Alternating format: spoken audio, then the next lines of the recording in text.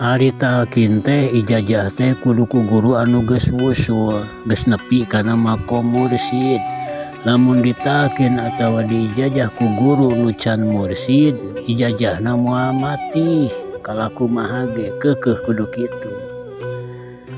Ari tarekat teh Kang, tarekat teh jurusan ilmu tasawuf nu ngamalkeunana hate ngaran pagaweanna ubudiyah gelarna jahid eta tarekat teh.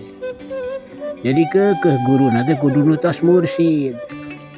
Ayeuna urang ibaratna rek ka Jakarta. Dimutawifan ku jalma nu can nepi ka Jakarta, insyaallah nyasab kabeh ka Bogor. Tapi lamun urang dimutawifan ku jalma nu geus nepi ka Jakarta, dina nundutanana ge eta mutawif pas nyaring teh meureun. Alah isalah cenah lain ka dieu, mengko balik deui tah kitu. Ai nu geus nepi mah.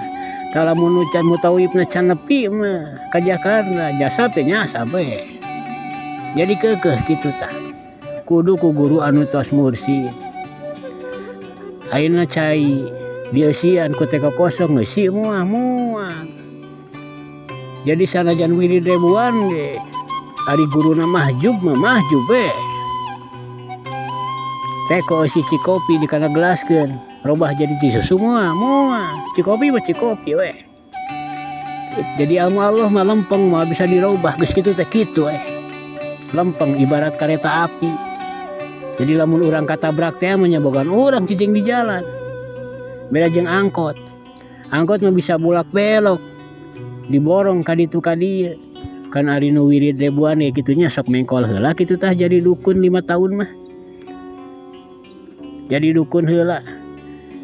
Kitu tah jadi sakali deui kudu ku guru anu tos mursyid, tos wusul kumaha cirina. Nu tos wusul mah tara aku-akuan. Ngaku tanu can wusul marentok kabeh jeung santi-santina mentok dina aku-akuan.